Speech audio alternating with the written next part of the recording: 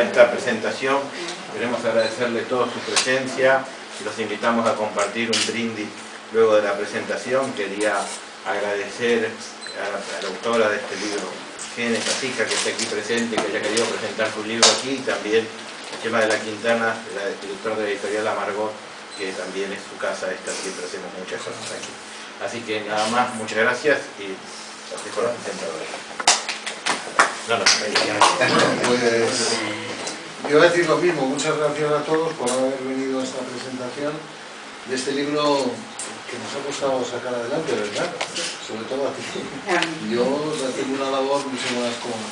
Para mí es nuevo esto de hacer de editor y también de presentador, pero bueno, y más viniendo de Logroño, y entonces pues no está uno muy preparado. Pero bueno, voy a intentar hacer lo que pueda.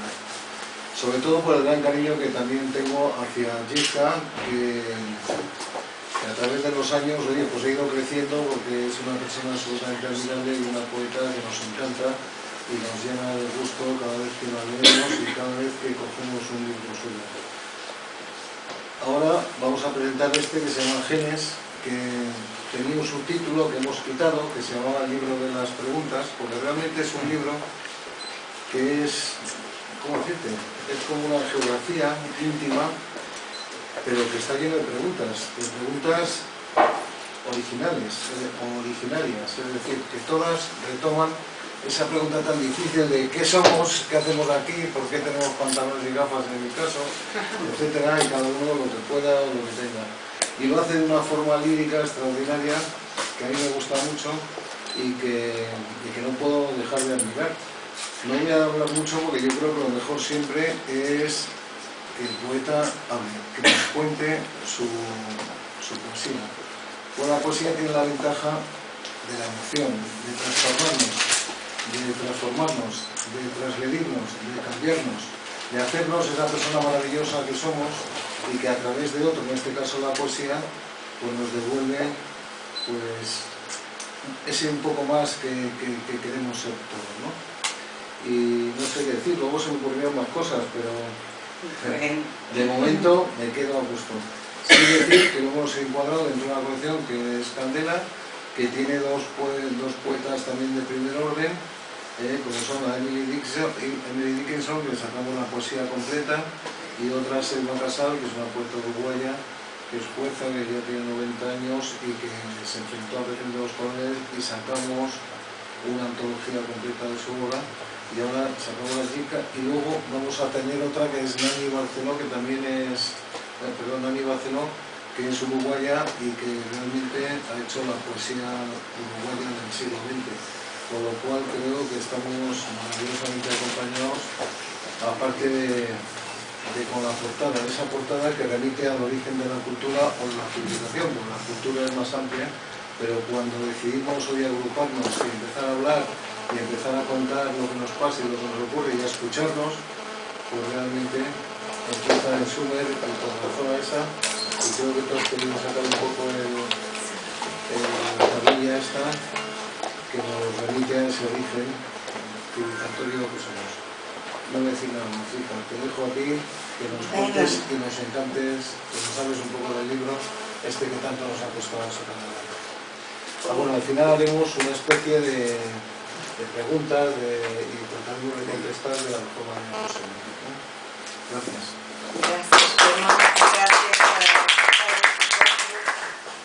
Gracias a este maravilloso lugar y la gente que crea esa atmósfera aquí casi todos los días, con mucho cariño y con mucho cuidado. Y yo, como podéis imaginar, estoy muy nerviosa.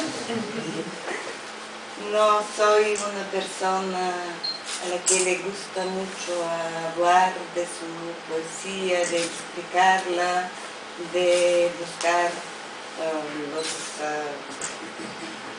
las determinaciones, sino más bien podría decir algunas palabras sobre la poesía en general. Y me resulta muy difícil, cada vez más difícil el contacto directo con las personas. pesar de que siempre lo necesito, como decía Carmen Laforet, un artista es un prisionero de su necesidad de comunicación, de comunicarse, pero creo que yo empecé a escribir exactamente porque no tenía una gran capacidad de comunicarme directamente con las personas. No sé si tengo las reacciones un poco lentas o soy demasiado tímida para decir al instante siempre lo que siento y lo que pienso, y también porque viví en un mundo donde uno no podía decir casi nunca aquello que realmente le importaba y lo que era importante para él, para los que le rodeaban.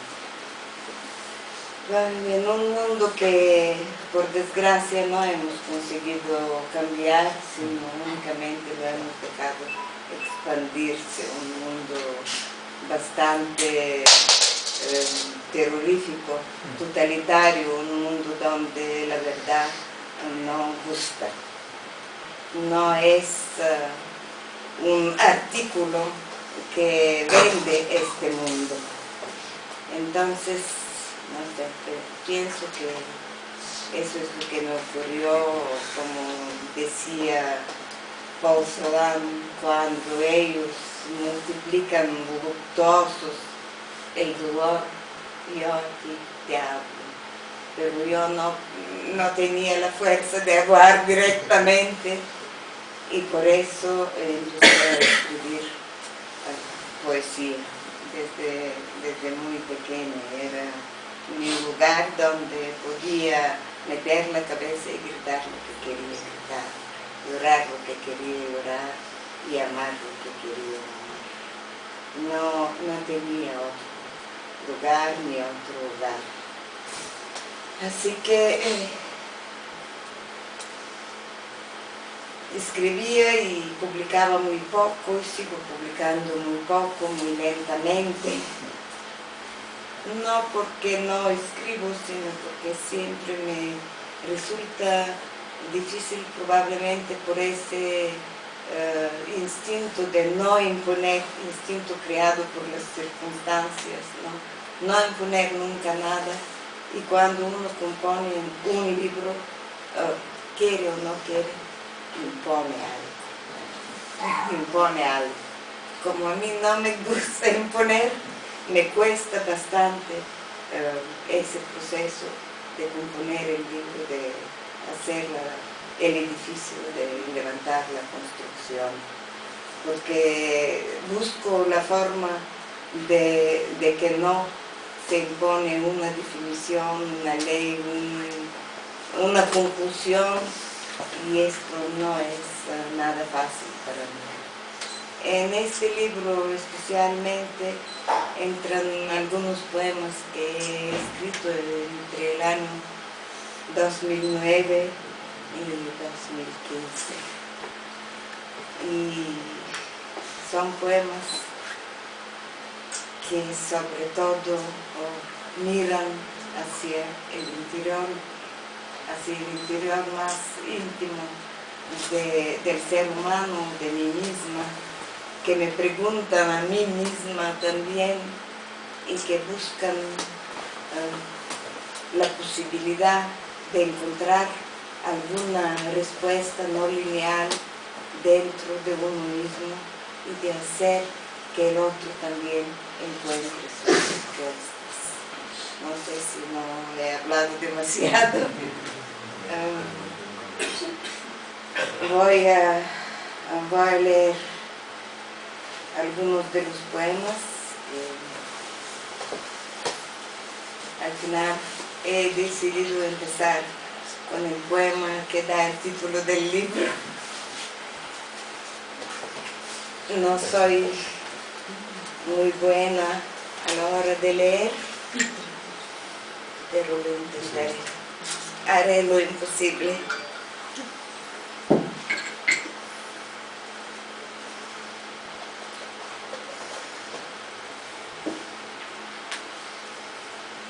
Genes.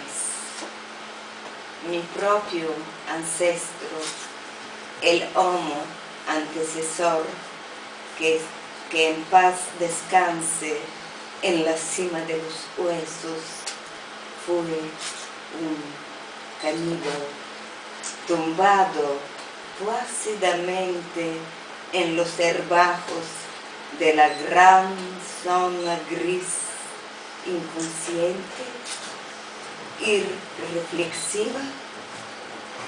Bueno, este es el poema. Ahora la ciencia dice que sí, el ADN nos transmite la memoria de los antepasados, y pienso que probablemente también es muy difícil y necesario a veces liberarnos de esta memoria que contiene este elemento caníbal. En otras cosas no, pero en esto creo que sí. El otro poema que voy a leer y con el que empieza el libro se titula Campos. Es un poema que escribí al día siguiente de entregar el libro anterior, Fuga a Boreal. Campos semánticos, campos olvidados, campos de trigo, campos de exterminio, campos deportivos, campos lejanos, campos verdes, campos helados, campos desprovistos, campos radioactivos, campos prehistóricos, campos electromagnéticos, campos de batalla, campos de trabajos forzados, campos de ensueño, campos desérticos, campos de victoria, campos experimentales, y etcétera, campos de acampada, de caminata, de espera, de tránsito,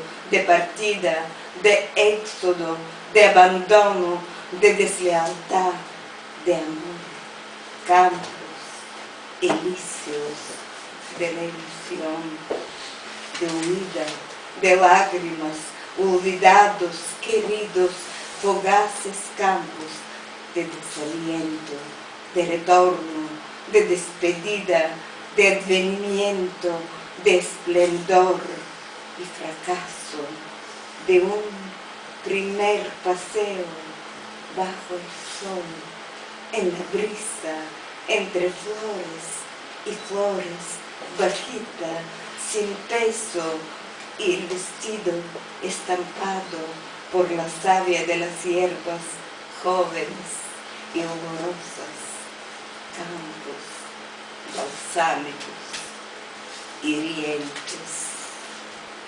Bravo, bravo, bravo, bien.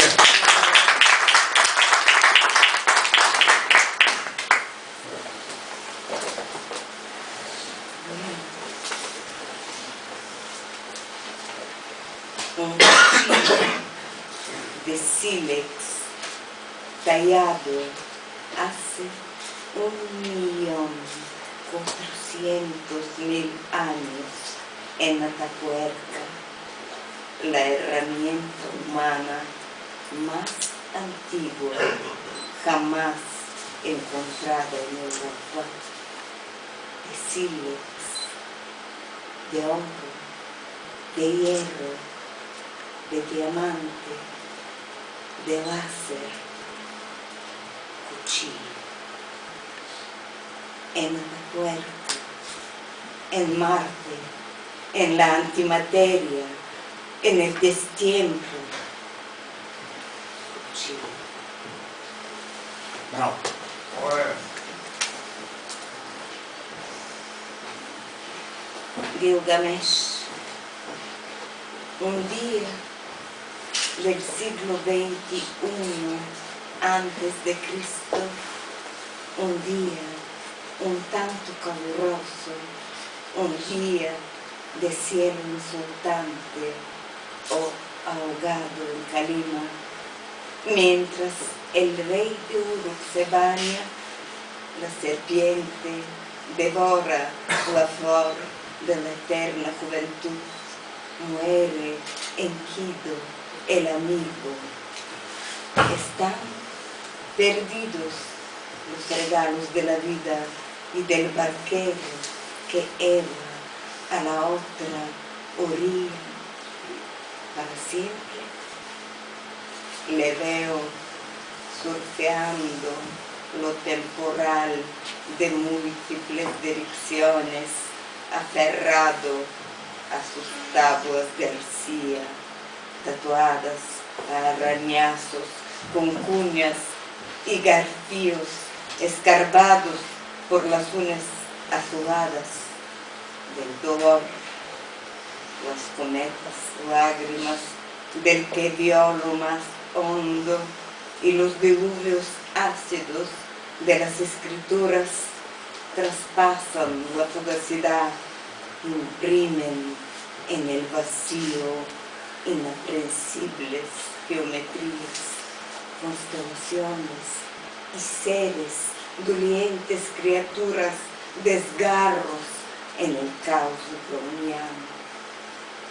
Qué turbulento, qué extraño, ajeno, inmenso, qué solitario, qué enormes las olas golpean. Nada más. Eternidad sola, en convulsiones. Él, tú, yo.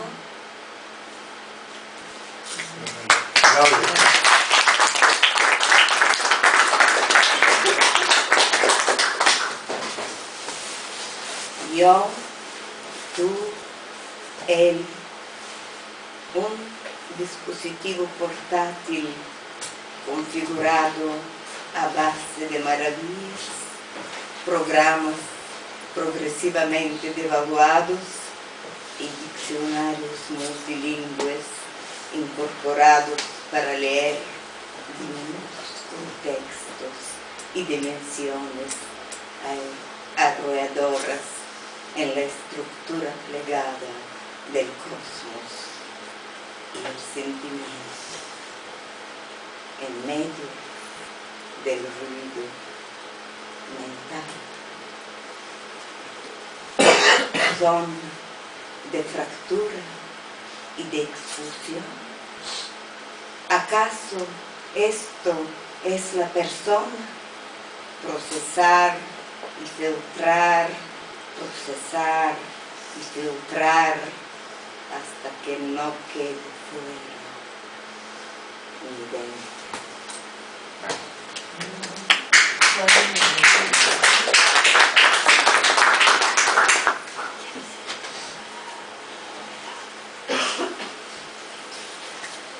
El 4 de julio de 2005, el cohete teledirigible Deep Impact penetra el cometa Tempel 1.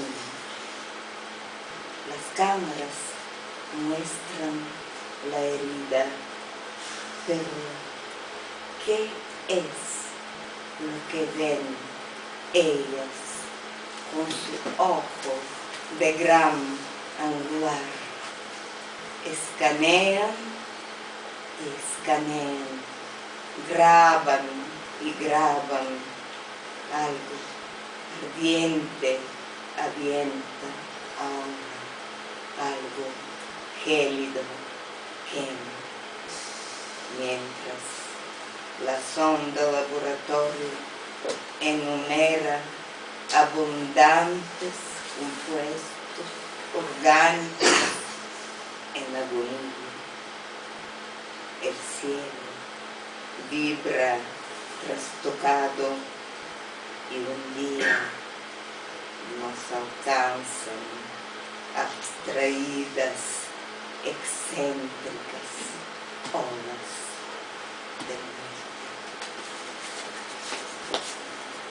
Pobre otro pobres ellos, nosotros, microscópicos vasos de desconocidas energías en el vaivén de la ilusión y la indiferencia. Pobre tú y yo, pobre yo.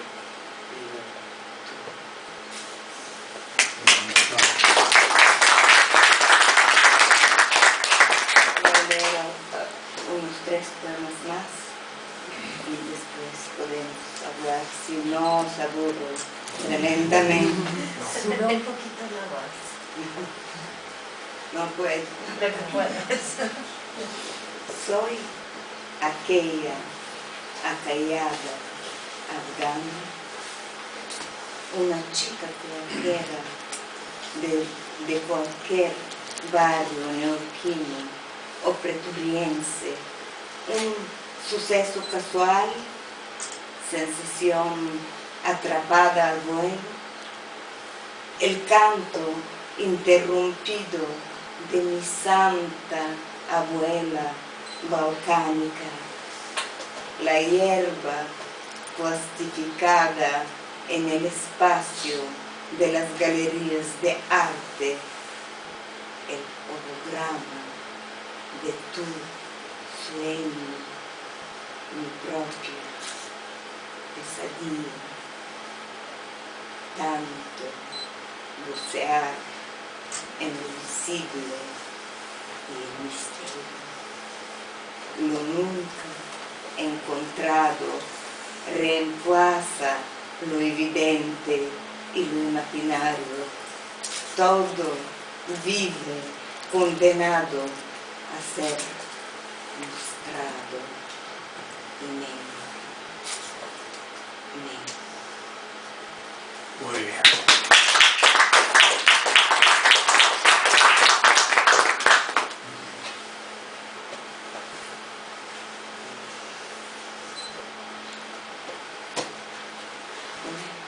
Para finalizar esta lectura, he viajado, he ido lejos de mí, pero no siendo yo, tampoco seas tú. Me he rasgado las vestiduras, he dejado desnuda a toda luz mi mente, he sido tanto rostro, tanto paisaje y horizonte. Fui el reflejo y el espejismo de todo, para no ser un yo confuso y confundido, pero siendo tu propio escudo, tampoco seas yo, solo menguado descendiente de epígrafes grabados con un rayo láser o con una uña rota en la frente de otra soledad. Y terminaré con el último poema del libro, que se titula Toccata y Fuga, Bach, que yo empecé a escribir también, no únicamente con la soledad, sino también con la música de Bach, y me ha dejado una huella para siempre. Yo no soy capaz de escribir un libro donde los poemas no se van a confrontar uno con el otro, porque el contrapunto me parece la forma más fuerte de poder expresar lo que uno quiere, y más legible también, y más tierno. Toccata y fuga, Bach, dentro de 1.000.000 de millones de años, aventado por la constante cosmológica de Einstein, el universo visible habrá desaparecido en la luz enloquecida. Todo estará más allá del horizonte de su mirada y el alcance de su calor. Solo mi ser seguirá viéndote, sigue viéndote, te evoca, te abraza, existes, eres la realidad. Te cantan los pájaros en el pequeño jardín, oigo tus pasos cruzar los amaneceres de las incontables dimensiones y de pronto siento calor desde antes del Big Bang. Muchísimas gracias.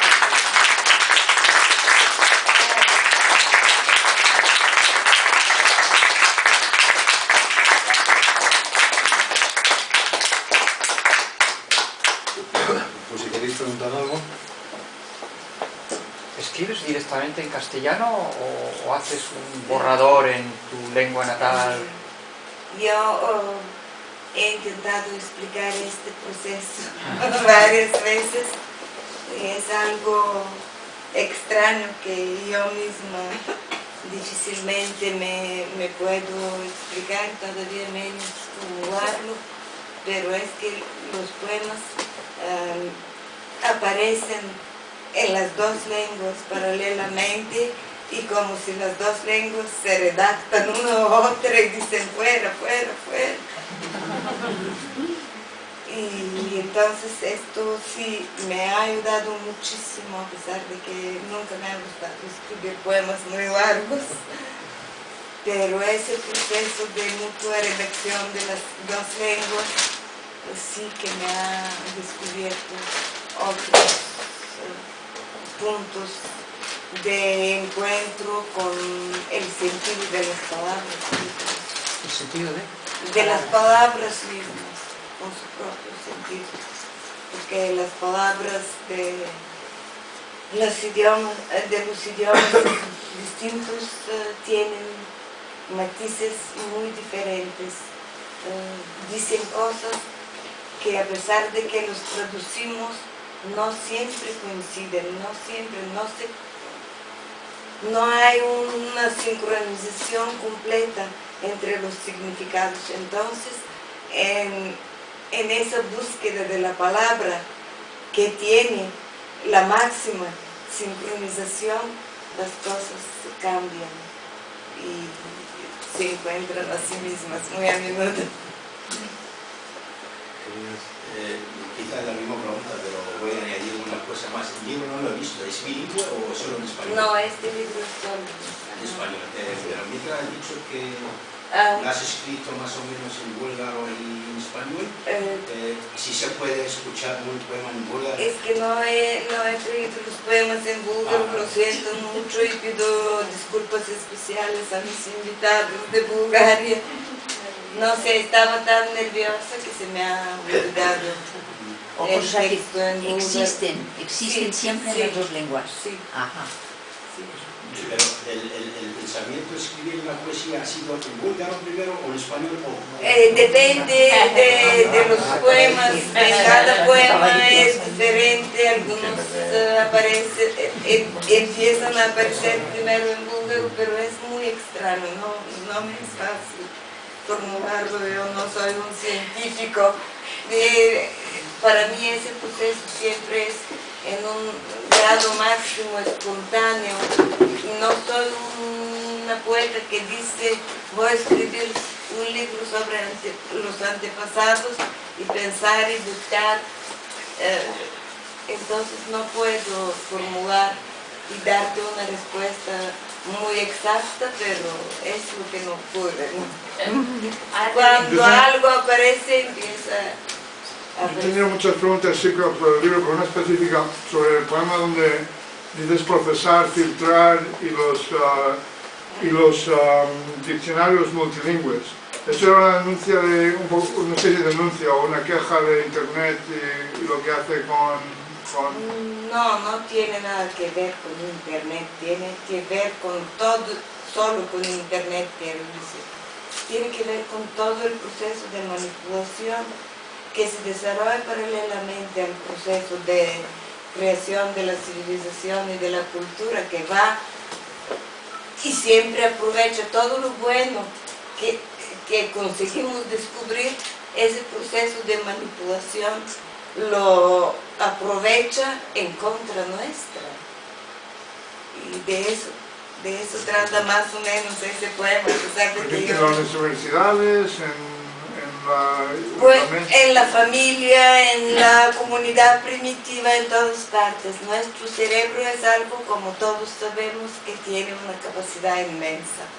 Pero, ¿qué es lo que usamos de nuestro cerebro y cómo lo usamos?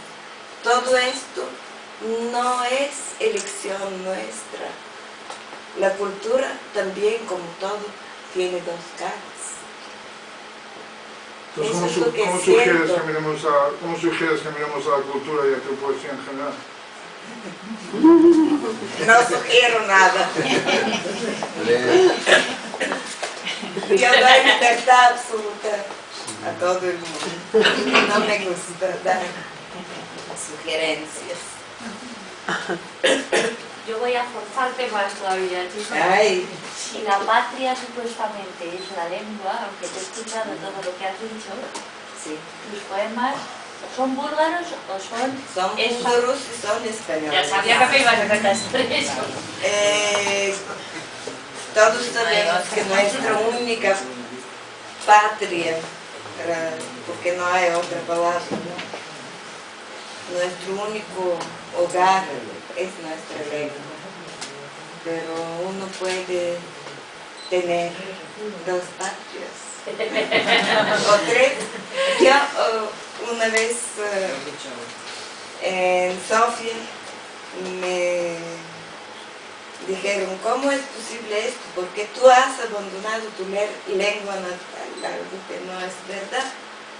Escribes en español. Los poetas de verdad escriben en su lengua materna. Yo les he contestado que a mí me gustaría poder expresar lo que siento en todas las lenguas del mundo. Si pudiera escribir en chino, también los escribiría en chino. No por una grandomanía, sino porque necesito esta comunicación. No en vano he empezado con la cita de Carmen Moto.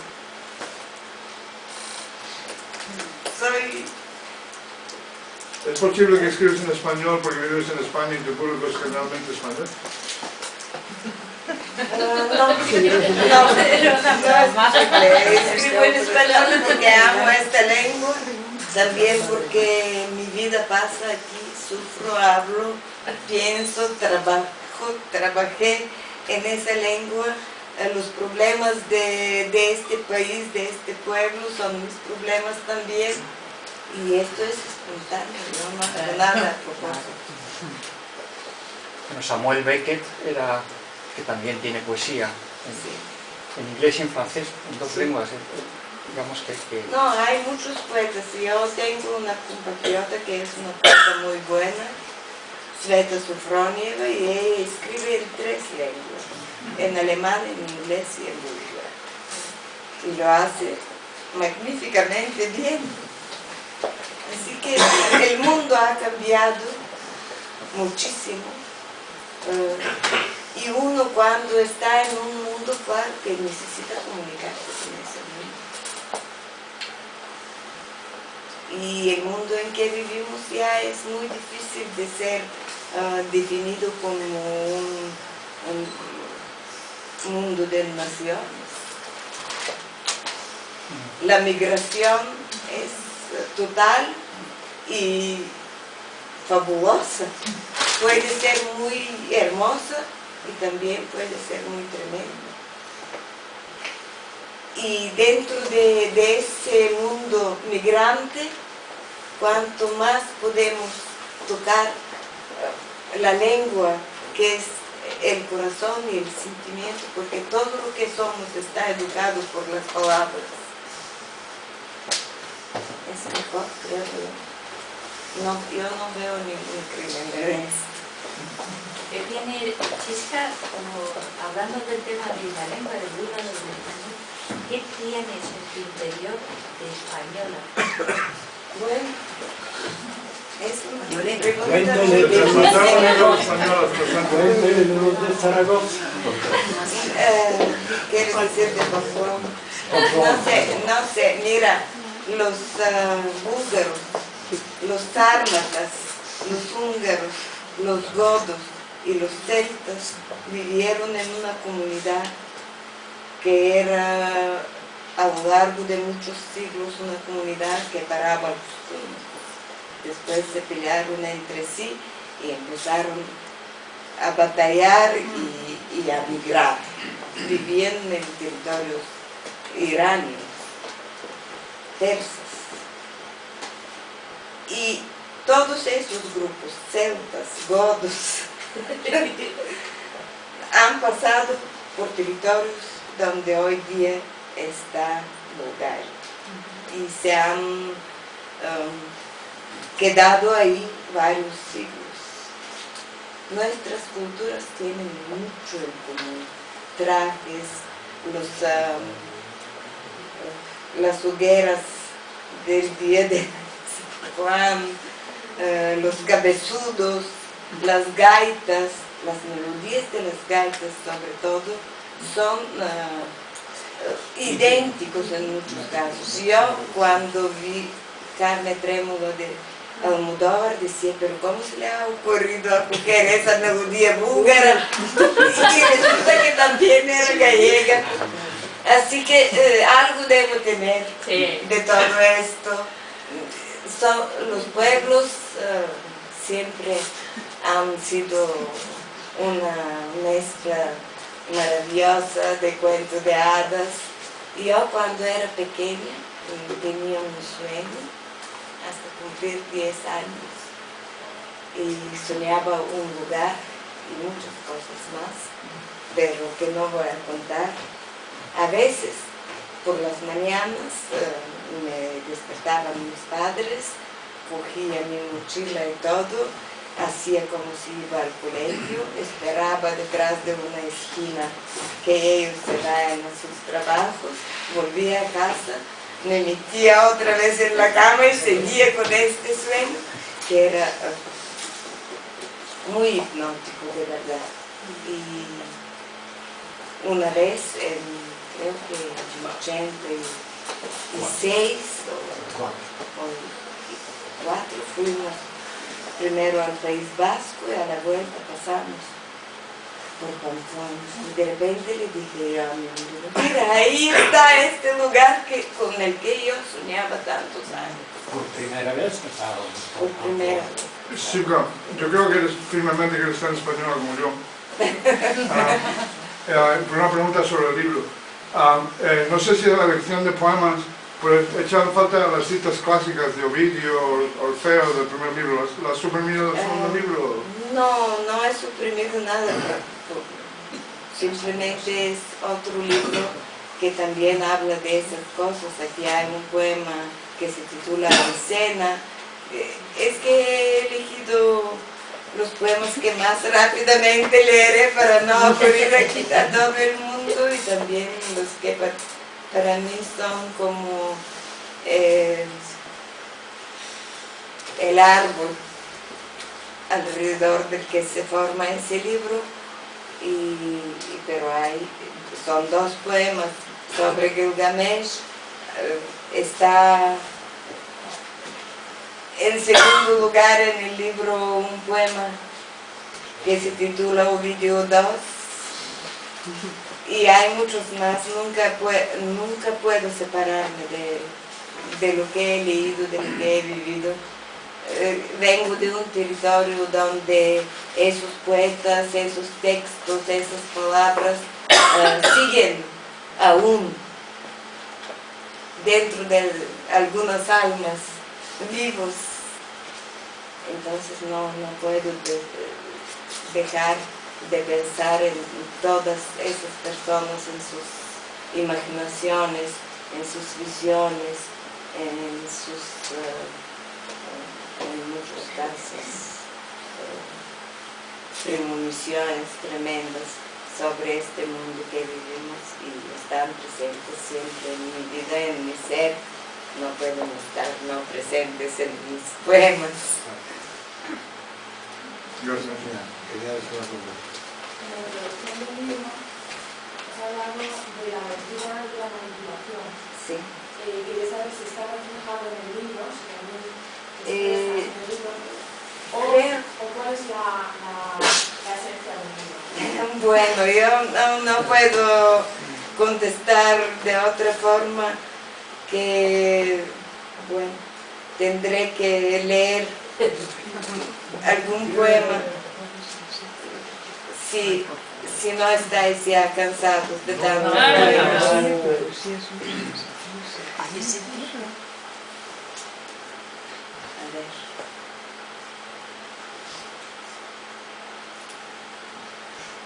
La desaparición de las especies se dispara. ¿Qué hará el hombre cuando le llegue el turno? Debe ya mejorarse a sí mismo, introducir cambios genéticos que se transmitan a sus hijos, interferir en la evolución natural. Se puede hablar de evolución natural en el caso del género humano. Llegará a ser mitad biológico, mitad electrónico, una especie de Garfeno que se repara a sí mismo. Vivirá parcialmente en Internet. La Tierra será teóricamente habitable 5.000 millones de años más. ¿Cómo seremos? ¿Y por qué importa saberlo? El estrés podrá ser la causa suficiente para nuestra extinción. O ser y máquina optimizados genéticamente compartirán la conciencia y no morirán. Un ser fuera del tiempo, ¿cómo será esto? Homo Optimus, Homo cibernéticos, Homo híbridos, un Homo quedará en alguna parte. Aterra poder cambiar el mundo y no saber qué se otorgará.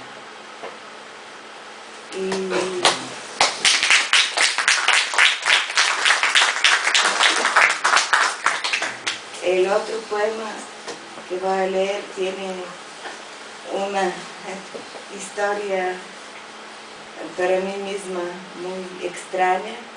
Yo había entregado el libro a Chema, no en su forma definitiva, pero este poema estaba ya ahí cuando murió Bobbio. Y el poema tiene mucho que ver con él. Yo misma estoy muy extrañada, tengo la sensación que he sentido de alguna forma lo que haría. En un momento hasta pensé quitarlo del libro. ¿Por qué tarda tanto el Homo sapiens en practicarse como tal? ¿Qué hace el cerebro cuando no fabrica conducta? las observaciones almacenadas y las sensaciones instantáneas sacuden el neocórtex, sus múltiples capas celulares y conexiones de retroalimentación. ¿Qué construye la memoria predicción? Imaginaciones para la percepción, percepciones para la imaginación, realidades de ficción o ficción de realidades. Reconoce la inteligencia lo que no está en él, lo atrapa al vuelo sin darse cuenta. Es la conciencia lo único que existe. Por ello, algo nuestro la soslaye. ¿Qué hace el cerebro? ¿Qué hace el cerebro? ¿Qué hace mi cerebro cuando tú te mueres y yo no te abrazo, no grito a los cielos? Levántate, Lázaro. ¿Alguna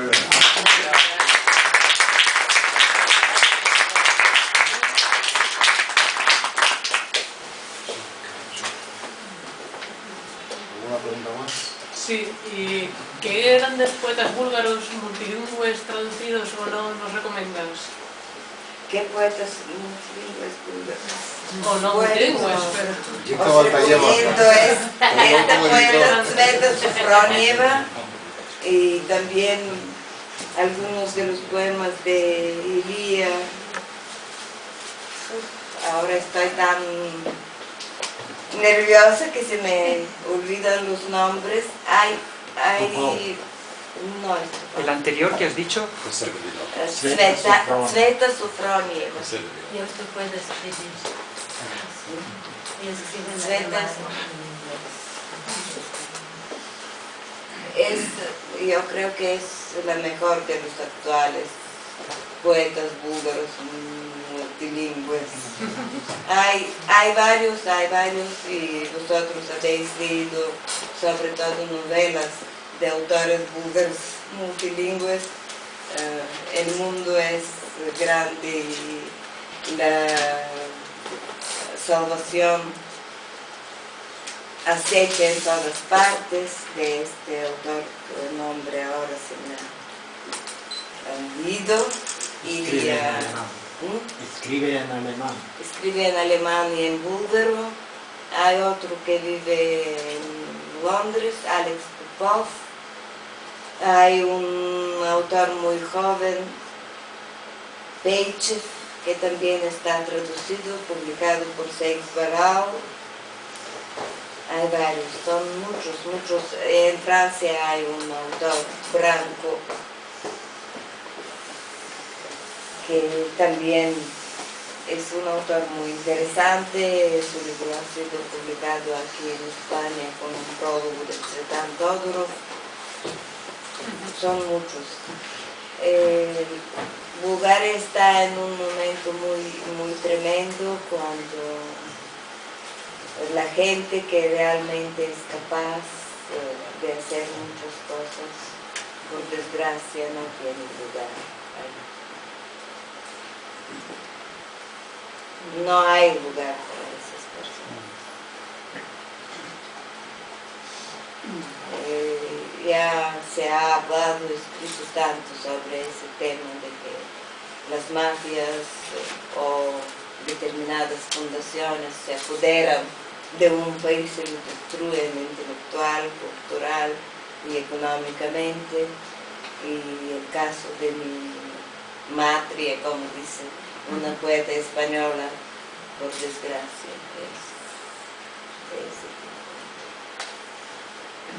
está ahí Soros y todos los demás grandes bestias de la economía y destrucción mundial. Pues, gracias por ubicarnos. Es una poesía muy reflexiva la tuya, ¿no? Muy cercana a la filosofía. Me pregunto si escribes también en prosa, ensayo quizás. Ensayo sí, pero prosa no, narrativa no. No sé. Nunca he tenido la posibilidad de tener un largo tiempo de concentración. Y la narrativa exige... Sí, no, yo me refería al ensayo. Ensayo, sí. ¿Has publicado en Bulgaria? Sí. He publicado varios libros ahí, incluso me han dado algunos premios, a pesar de todo. Porque ¿cuánto tiempo llevas fuera de Bulgaria? Bueno, llevo ya 30 y tantos años fuera de Bulgaria. Pero siempre estoy ahí. ¿Y en España? En España son 30 y tantos años. Directamente. Los años que no he estado en Bulgaria he vivido en España. Compartimos el Mediterráneo, ¿no? Aunque sea a los dos extremos. Sí, bueno, eso estaba hablando, que somos unos pueblos muy mezclados y creo que hay muchos rasgos comunes, muchos. Hasta la envidia la compartimos bien. El ninguneo, rasgos típicos. Ya que hay mucho interés, en general, ¿crees que la idea de las naciones es una buena idea o que a lo mejor debemos superarla? Ya que hay mucho interés, en general, ¿piensas que la idea de las naciones es buena o que deberíamos superarla? Yo creo que deberíamos superarla. Esa es mi opinión muy simple. Deberíamos superarla. Hasta personas que formalmente pertenecen a la derecha dicen que ya ese concepto empieza a ser muy peligroso y que el estado de los partidos se convierte en un estado, en una oligarquía tremenda. Entonces, ¿qué vamos a pensar nosotros? Cosas mucho más duras, ¿no? Pero es verdad, hay que superar algunos conceptos y hay que ir hacia una aceptación del otro, de otro tipo, no darle palmaditas en el hombro y después... El cuchillo de... Sí, después... Y una pregunta al editor que decía que os había costado muchísimo publicar. Todo cuesta muchísimo porque claro, parte de la nada y todo tarda 60, 60 y pico años en este caso en hacerlo, pues fíjate si tarda, si cuesta. Y luego en este caso, este libro en particular, pues empezó a labrar hace un año y ha pasado por muchos laberintos y por muchos vericuetos. Porque incluso se han quitado algunos poemas. Era muy enorme y yo quería quitar y Chema luchaba contra ese quitar. Sí, porque hay unos cuantos poemas que a mí me hubieran gustado que estuvieran. Pues además encima hablaban de ciudades y de una geografía que a mí me gusta mucho, una geografía, vamos a decir, eslava, y que yo creo que a mí me gustaba, vamos. Y en fin, pero Ica también es irrenunciable, entonces nos hemos pegado un poquito y nos hemos llevado bien, y entonces al final, pues dijimos, se acabó, lo sacamos como... Hasta aquí. Y luego, claro, habíamos pensado en ponerle un prólogo y al final decidimos que no, al final también el libro iba a tener un subtítulo, que era el libro de las preguntas, pues realmente los poemas son todo preguntas muy esenciales, muy originarias, muy como el título, el gen, o sea, del originario, de dónde vienen las cosas. Entonces el poemario realmente pues abre un espectro extraordinario y la verdad es que es muy difícil de leer, o sea, en su conjunto, porque es que tiene mucho vericueto, mucho laberinto y es muy íntimo, muy emocional. Mucha economía también, ¿no? Hay mucha economía también, verbal, ¿no? Bueno, o sea, claro, es que Ica es esencial, no se va por las ramas. Te cuenta un puntito donde te duele, donde te va a fastidiar. También es un rasgo de la lengua búlgara, que es muy elíptica. Entonces, creo que eso también es... Yo le diría que si no tenéis más preguntas, que la autora firme, y la aplaudamos un montón, porque yo creo que se lo merece.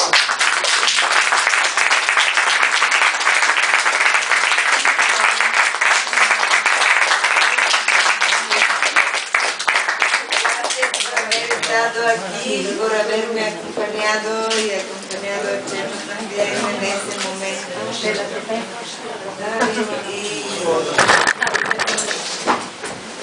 Bravo, Gilberto.